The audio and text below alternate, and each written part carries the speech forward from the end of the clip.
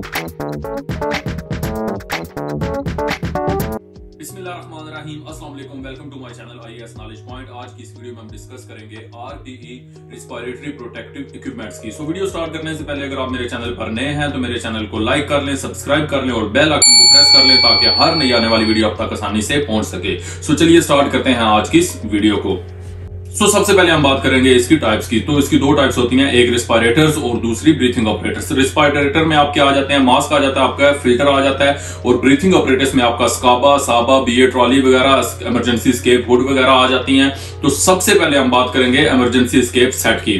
315 बार इसका प्रेशर होता है जी, और फाइबर ग्लास का बना हुआ ये सिलेंडर होता है, और इसका टोटल टाइम जो होता है 45 मिनट्स होता है। 35 मिनट इसका वर्किंग टाइम होता है, और जो 15 मिनट होता है वो आपका एस्केप टाइम होता है। लेट्स सपोज आप कन्फाइंड स्पेस के अंदर काम कर रहे हैं और आप ये सिलेंडर पहन के गए हुए हैं अंदर, तो क्या होना है उसमें जो 35 मिनट होंगे वो विदाउट एनी फेयर आप उसको यूज कर सकते हैं, ब्रीथ कर सकते हैं अंदर। लेकिन जो 15 मिनट होंगे वो ऐसे या जैसे आपका रिजर्व पेट्रोल या रिजर्व फ्यूल होता है, वो इस तरह से आपने यूज करना है। ठीक है, वो 15 मिनट आपने एस्केप करने के लिए वहां पे यूज करना है। तो जब भी आपने इसको यूज करना है, सबसे पहले आपने 4 टेस्ट करने हैं। कौन से टेस्ट करने हैं? सबसे पहला काम आपने क्या करना है, पॉजिटिव प्रेशर टेस्ट करना है। कैसे होता है वो? आपने जब उसकी मास्क पहन लिया, उसकी जो शील्ड वो पहन लिया आपने अपने फेस पे, तो क्या करना है, वो वहां से आपने जो उसकी सील है वहां से आपने अपनी उंगली अंदर एंटर करके आपने देखना है कि अगर तो उसकी जो प्रेशर है, जो एयर का प्रेशर है वो आउटसाइड है, तो क्या है वो पॉजिटिव प्रेशर है। अगर बाहर से अंदर हवा जा रही है तो इट मींस दैट के नेगेटिव प्रेशर है। ठीक है,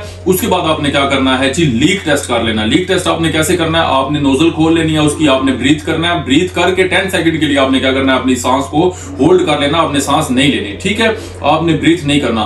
तो क्या होगा, अगर तो आपको वहां पे आप ब्रीथ कर पा रहे हैं, दोबारा आपको सांस आ रही है, तो आप इट मींस दैट कि वहां पे कहीं लीकेज है जहां से आपको मतलब एयर सप्लाई हो रही है, क्योंकि आपने नोजल उसकी ऑलरेडी ऑफ कर दी हुई है, सिलेंडर की आपने नोजल बंद कर दिया जहां से वो एयर आपको नहीं सप्लाई कर पा रहा। अगर आपको सांस होल्ड करने के बावजूद भी सांस आ रही है, तो क्या होगा, इट मींस दैट कि वहां पे कहीं से लीकेज है जिसकी वजह से उधर से जो एयर है वो अंदर एंटर हो रही है। तो या ऐसे आपने लीक टेस्ट कर लेना। देन आपने बाईपास टेस्ट कर लेना है, वेयरिंग बाय ऑपरेशन, और उसके बाद आपने उसका विसल टेस्ट कर लेना है। तो अब बात करेंगे स्काबा की, सेल्फ कंटेन्ड ब्रीथिंग ऑपरेटर्स की। जस्ट रेस्क्यू पर्पस के लिए इसको यूज किया जाता है। 207 बार इसका प्रेशर होता है। लेट्स सपोज आपकी कन्फाइंड स्पेस में कोई वर्कर बेहोश हो जाता है या अंदर टॉक्सिक एटमॉस्फेयर थी, तो उसमें वहां पे आपने उसको रेस्क्यू पर्पस के लिए, उसको रिवाइव करने के लिए, उसको बाहर निकालने के लिए आपने वहां पे ये यूज करना है। ठीक है, 207 बार इसका प्रेशर होता है। और अगर हम बात करें इसके वेट की, तो इसका टोटल वेट जो होता है वो 9.7 kg होता है, जिसमें इसका 4.7 kg एम्प्टी सिलेंडर का वजन होता है, और 3 kg इसका जो ओवरऑल सेट होता है जिसमें बेल्ट वगैरह आ जाता है जो आप पहनते हैं, पूरी जैकेट टाइप, उसका 3 kg वेट होता है, और इसमें 2 kg कंप्रेस्ड एयर होती है। ठीक है, तो इसका भी टोटल टाइम जो है वो 45 मिनट्स है, लेकिन 33 मिनट्स आपका वर्किंग टाइम है, और 12 मिनट जो होंगे वो आपका क्या है, टू लीव द एरिया। आपने एरिया एस्केप करने के लिए, लीव करने के लिए आपने क्या करना है, 12 मिनट्स है। टोटल इसका टाइम भी 45 मिनट्स है।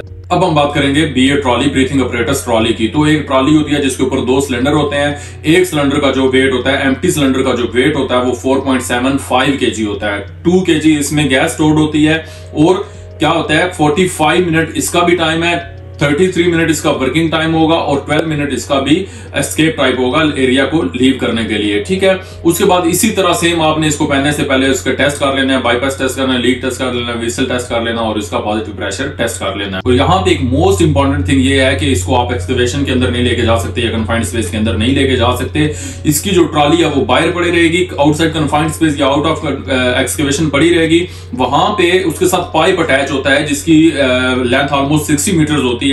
तो वो क्या होगा, ट्रॉली बाहर पड़ी रहेगी और आप जैकेट पहन के अंदर जा सकते हैं। तो उसके बाद जो जैकेट, जो उसकी पाइप की जो नोजल होगी, जो उसके साथ ट्रॉली के साथ अटैच होगी, उसको हम कहते हैं पिग टेल, और जो आपके माउथ के साथ पाइप अटैच होगा उसको हम कहते हैं डिमांड वाल्व। ठीक है, तो ये इसके 2 वाल्व्स होते हैं, जिसको हम एक पिग टेल कहते हैं और दूसरे को हम डिमांड वाल्व कहते हैं। और इसको यूज करने का सेम मेथड है। आपने 4 किस्म के इसके टेस्ट कर लेने हैं, bypass test, positive pressure test, leak test, और इसका विसल टेस्ट कर लेना है यूज करने से पहले। यहाँ पे एक मोस्ट इंपॉर्टेंट पॉइंट ये है कि इन केस ऑफ इमरजेंसी आपको स्काबा को पहनने के लिए टोटल 45 सेकंड दिए जाते हैं। And the process of wearing scuba is called donning. आपके जो स्काबा पहनने का तरीका है उसको हम क्या कहते हैं, डोनिंग। और इसी तरह जो उसको उतारने का तरीका है उसको हम क्या कहते हैं, डोफिंग।